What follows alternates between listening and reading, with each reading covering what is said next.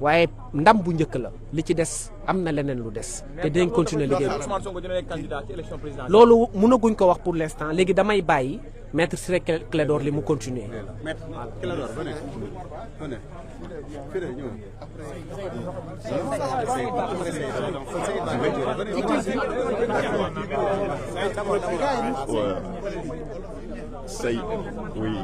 Saïd Larifou du barreau de Moroni aux Comores.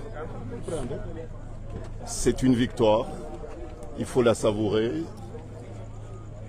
Le combat sera très long, mais nous savourons avec un immense plaisir cette première étape qui est une étape victorieuse. Dans une démocratie, il faut les institutions, mais il faut aussi des hommes courageux, solides. Et nous pouvons dire que nous avons été très très bien servis.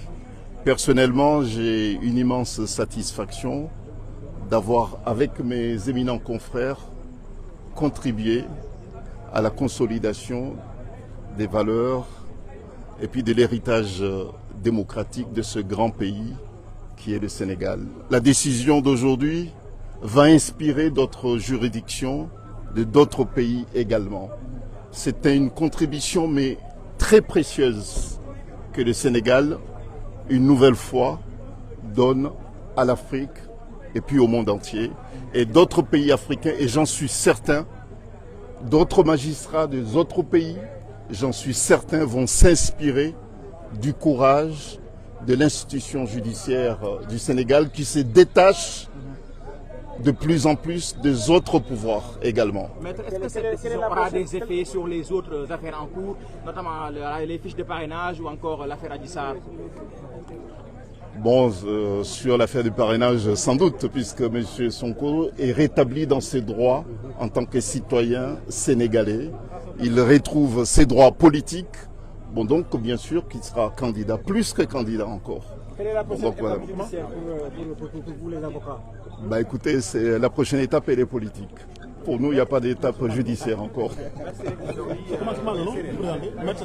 Saïd Larifou. Avocat d'Ousmane Sonko. Maître, vous êtes satisfait aujourd'hui? Qui vient du Comore. Je suis, il est vrai, satisfait, mais très fier du juge qui a rendu la décision. Il a fait montre d'un courage énorme. Et tout le monde a été surpris et déçu par l'attitude de l'État du Sénégal, qui, après avoir nommé un juge, propose sa récusation en pleine audience. Comment est-ce que cela a pu se faire? Est-ce que le juge a refusé de céder aux tentations? Est-ce que c'est parce que le juge n'a pas eu à donner des signes qu'il aurait peur de menaces? En tout état de cause, il y a une raison. Parce que personne ne s'y attendait, d'autant que le juge était en train de mener une audience où il était à équidistance. Il y a donc quelque chose qui s'est passé au sommet de l'État. Donc c'est une fierté. Mais ce qu'il faut surtout retenir, c'est que c'est un vent de liberté et d'indépendance qui souffle dans les rangs des magistrats. Un vent qui a débuté au nord avec l'avocat général, Mme Diop Gueye.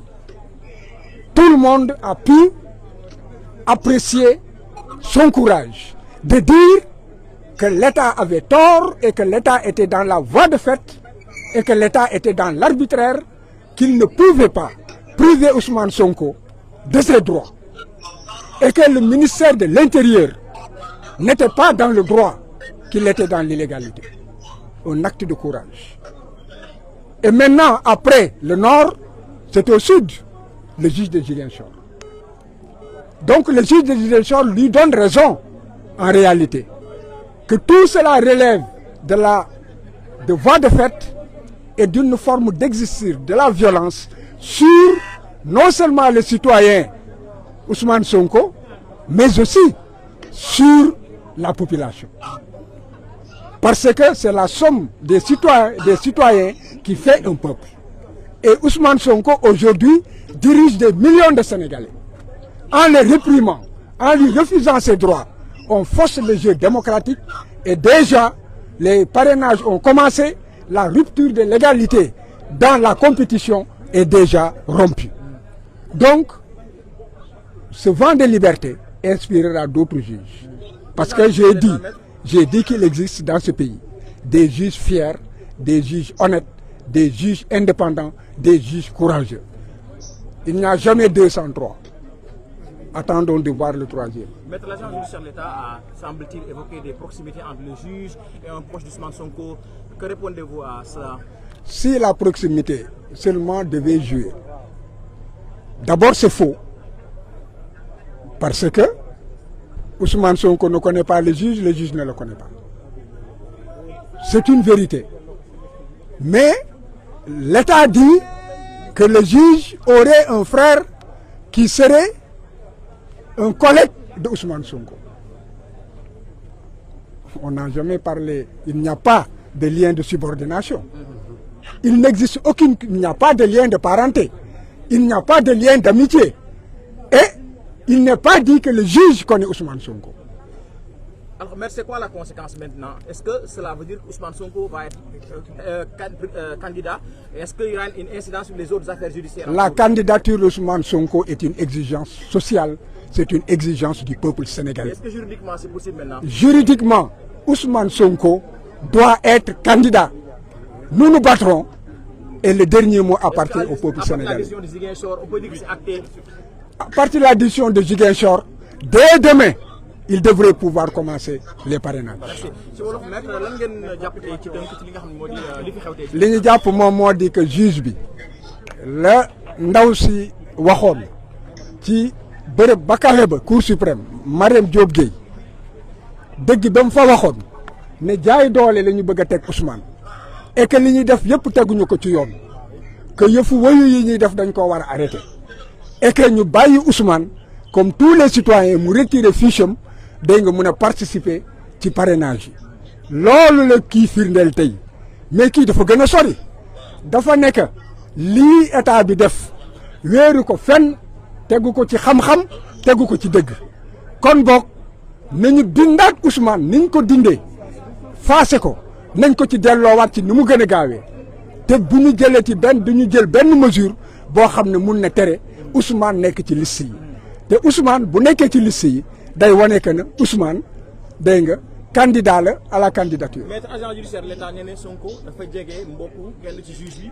moo tax mu recusé ko. tontu naa la nee naa la ko yoon jege mooy lan waxul ne que Ousmane xam na juge bi waxul ne que Ousmane lekk naag juge bi waxul ne que aussi nan la tuddati Ousmane Sonko ak juge bi am na firnde ne que nan la tuddati jokkoo nañu comme yéeru ko fenn dañoo jafur nguur goo xam ne dafa nekk ci jeexantalam tey jii jafur nañu xamatuñu fu ñu jëm wóolootuñu kenn képp koo xam ne que xam nañ ne que kii bu ñu xëy na bu ñu jéemee jar doxul ñu xoqatal doxul bu boobaa duñ la wóolu ñàkk loolu moo tax fi mu ne xamatuñu ñoom fu ñuy jublu wante nañu xam ne que junni magistrat ngi ci dëkk bi ñoo xam ne am nañu fit bi am nañu sañ-sañ bi am nañu xam-xam bi te bu yàlla dogalee mu dox seen loxo